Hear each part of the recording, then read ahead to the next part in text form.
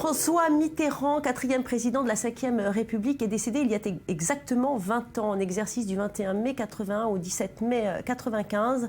14 années donc au pouvoir de la France. On retient des grandes avancées sociales comme l'abolition de la peine de mort en 82, la semaine des 39 heures, la 5e semaine de congés payés, l'instauration du RMI et la retraite à 60 ans. C'est sous sa présidence aussi que de prestigieux édifices ont été réalisés comme la pyramide du Louvre ou bien la Bibliothèque nationale de France ou l'Arche de la Défense. Mais la fin de son deuxième septennat est assombrie par des scandales financiers, par le suicide de Pierre Bérégovoy, l'un des fidèles partisans qu'il avait, et par une polémique sur son rôle sous le gouvernement de Vichy. Alors que reste-t-il des années Mitterrand? La réponse des étudiants de la fac de Nanterre. François Mitterrand, ça m'inspire quoi? Ça m'inspire la victoire de la gauche dans les années 80. C'est loin. J'étais pas né à l'époque pendant son mandat, du coup, ça paraît assez lointain quand même. Est-ce que vous savez combien de temps il a été président de la République?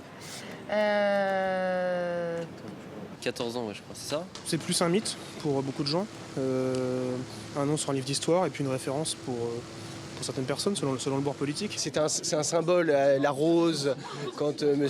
François Mitterrand a été élu. Il avait réussi à ramener tout le peuple derrière lui. Mitterrand, moi je pense à la marche des beurs.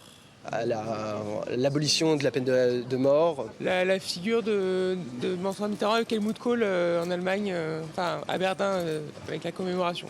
Sur l'homme, François Mitterrand, je connais pas beaucoup sa vie personnelle, je connais plus celle de son neveu. C'est un personnage assez controversé, donc sa jeunesse, ses convictions, est-ce qu'il était vraiment de gauche dans le fond, on n'arrive toujours pas à le savoir. C'était quelqu'un qui voulait pas que sa vie privée se mêle avec sa vie professionnelle, et je trouve que c'est pas une mauvaise chose, parce que actuellement le problème de la 5e République, c'est l'hyper-médiatisation des hommes politiques. Je pense qu'il n'y a pas de figure qui arrive à le remplacer aujourd'hui.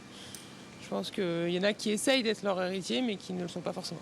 Qu'on l'aime ou qu'on l'aime pas, on est obligé de dire que voilà, ça reste quelqu'un d'important. Et c'était un homme qu'en voulait, qui travaillait pour la France et qui se donnait sur chacun de ses points. C'est sûr qu'il avait une figure de grand homme d'État, et peut-être que c'est un des derniers présidents à avoir eu cette figure de grand homme d'État en France. Alors on l'a vu dans le micro-trottoir, les étudiants de la fac de Nanterre se rappellent bien de François Mitterrand. Vous, Sacha Reboux, bonjour.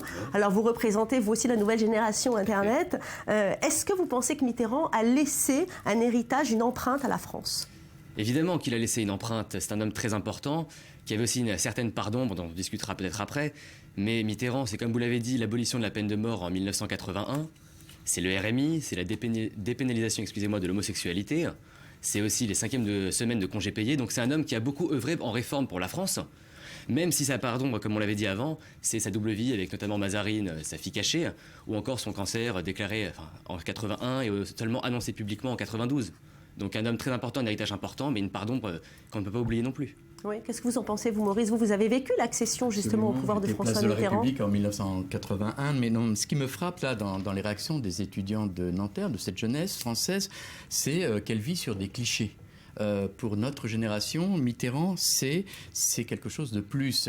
J'ai été étonné de ne pas entendre, par exemple, le mot socialiste. Mais quand Mitterrand a été élu, c'était pour une nouvelle république socialiste. C'était un espoir. Or, le problème, c'est que cet espoir a été déçu. On est passé d'une république socialiste assez rapidement à une monarchie républicaine. Un homme qui dirige tout seul, entouré d'une espèce d'aristocratie, ce qui fait peut-être qu'aujourd'hui en France, on a cette confusion dans ce que c'est que la politique et cette méfiance vis-à-vis des milieux politiques et de l'homme politique en général. C'est vrai qu'on parle beaucoup de Mitterrand en tant que caricature, mais finalement, Sacha, est-ce que vous ne pensez pas que c'est le destin de tous les hommes politiques, justement, de sombrer dans la caricature ?